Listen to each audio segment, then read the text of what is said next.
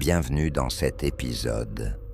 Aujourd'hui, je vais vous raconter une histoire qui hante mes nuits. Une histoire que je n'aurais jamais cru possible. Une histoire où la réalité et l'horreur se confondent. Imaginez une vieille maison en bois, isolée, un peu trop silencieuse pour être rassurante. Vous savez, ce genre d'endroit où l'air semble figé dans le temps, où chaque grincement de plancher résonne comme un avertissement. Je n'ai jamais cru aux histoires de malédiction, de possession, du moins pas jusqu'à ce jour-là. Tout a commencé il y a 6 mois.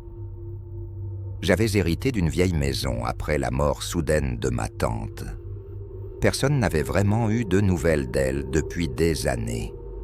Certains disaient qu'elle avait sombré dans la folie. D'autres parlaient de solitude. Mais je ne me doutais pas que la maison renfermait un secret bien plus sombre. En triant les affaires dans le grenier, je suis tombé sur une boîte poussiéreuse, soigneusement cachée sous des planches. À l'intérieur, une vieille poupée de porcelaine. Je l'ai sortie, fasciné. Son visage, figé dans une expression calme, ses yeux verts, presque hypnotiques, et ses cheveux bouclés, noirs comme la nuit. Je n'ai pas pu m'empêcher de la prendre avec moi. Quelque chose dans son regard m'intriguait, mais aussi me mettait mal à l'aise. La première nuit où tout a changé, je l'avais posée sur une commode dans ma chambre. J'essayais de m'endormir, mais un bruit étrange m'a réveillé.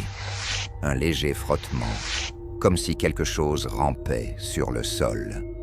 Je me suis levé, pensant que c'était un rongeur, ou le vent qui faisait bouger une branche contre la fenêtre. Mais en me tournant vers la commode, j'ai remarqué que la poupée avait changé de position. Je n'ai rien dit, je n'ai même pas réagi. J'ai fermé les yeux, essayant de me convaincre que c'était la fatigue.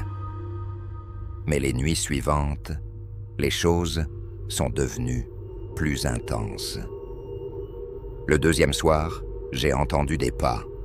Des petits pas légers, rapides, qui se déplaçaient dans ma chambre. J'ai allumé la lampe, mais il n'y avait rien. Rien, sauf cette poupée, toujours sur la commode.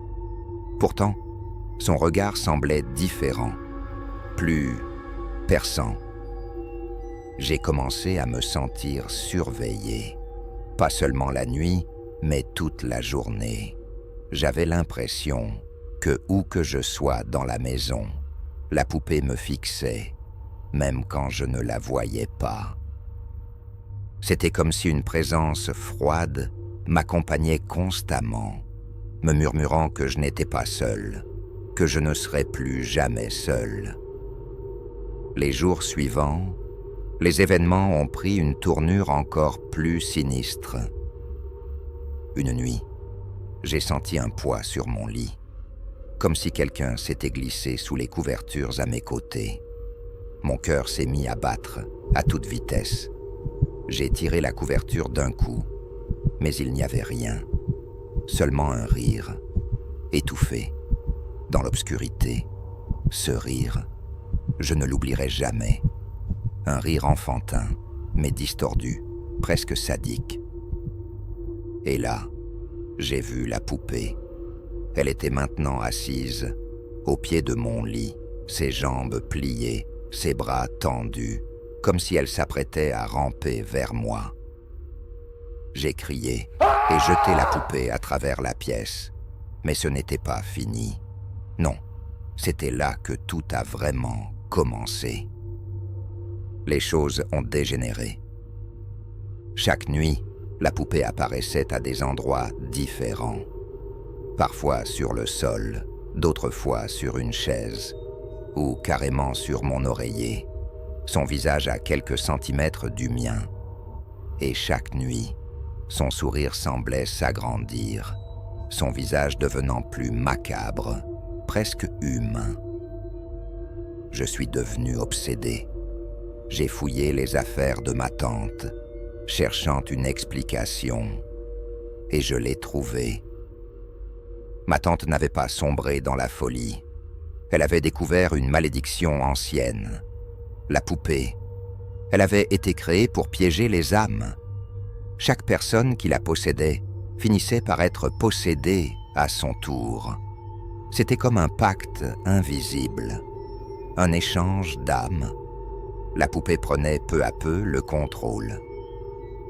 Mais je l'ai compris trop tard.